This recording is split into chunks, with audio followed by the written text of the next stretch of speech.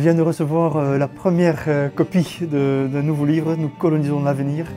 C'est toujours un moment heureux d'abord, quoique le message est peut-être un peu plus douloureux.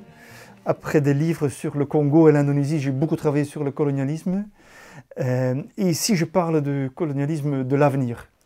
C'est vrai qu'il y a toute une conscience grandissante sur le colonialisme historique, c'est important. Mais il faut en même temps se rendre compte qu'il y a un colonialisme de l'avenir dont on ne parle pas assez. Quand on regarde la carte du monde des pays qui émettent le plus de gaz à effet de serre, eh ben on se dirait, mais tiens, c'est une copie de la carte coloniale.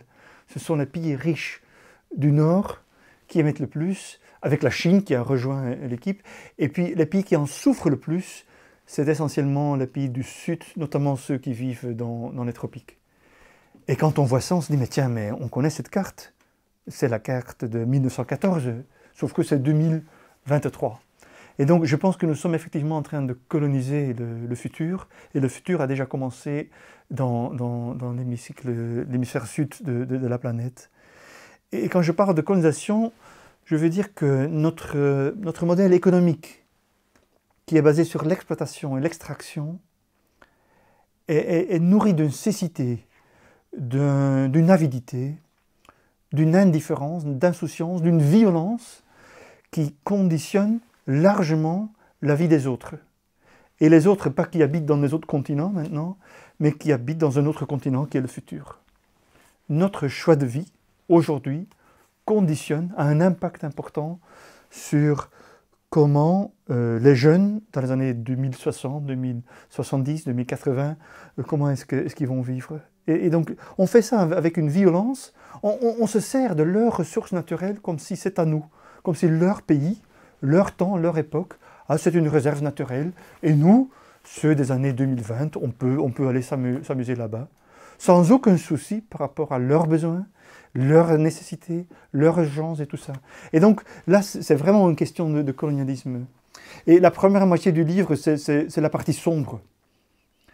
C'est là que je parle de la perte de biodiversité, le réchauffement climatique, les grands enjeux planétaires, la déplétion des ressources naturelles. Mais voilà, faire des constats pessimistes, c'est facile, surtout aujourd'hui. Et dans le livre, la deuxième moitié, je ne veux pas dire que c'est la partie optimiste, mais c'est la partie qui montre que dans cet espace qui a l'air être assez asphyxié, il y a des fenêtres qu'on peut ouvrir. Il y a quelque chose qui me frappe, c'est que voilà 50 ans que nous avons des sciences climatiques et 50 ans que les apports de la science n'ont pas eu un grand impact sur l'action politique. Malgré tous les savoirs qui ont été rassemblés, l'action politique reste quand même assez modeste. Et je dis, mais peut-être ça n'a rien d'étonnant. Jusque-là, on a vu des élites scientifiques qui parlent à des élites politiques, tout en excluant l'apport citoyen. Et donc, dans la deuxième moitié du livre, je présente 4 avenues, 4 possibilités, 4 propositions pour mieux inclure les citoyens, d'abord sur le développement des politiques climatiques, comment inclure le citoyen lambda dans les nouvelles lois sur le réchauffement climatique, et puis comment inclure les citoyens dans l'action même. Donc je parle des assemblées citoyennes, d'un dispositif nouveau qui s'appelle le préférendum, qui est un référendum riche. Je parle des émissions, les droits d'émission individuels, et je parle de la désobéissance civile et fiscale. Ce sont les pistes que j'évoque. Je n'ai pas l'habitude de publier des textes de conférences, mais quand j'ai donné cette conférence aux Pays-Bas, c'était une grande conférence annuelle. Ça, c'était au temps de Covid, il n'y avait que 200 personnes en salle, normalement il y a 1200. Je dis, bon, c'est perdu, c'est un échec.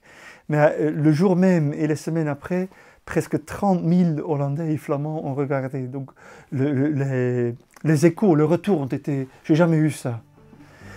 Et puis je me suis dit, mais ce serait peut-être pas une mauvaise idée de partager quelques idées avec les lecteurs francophones.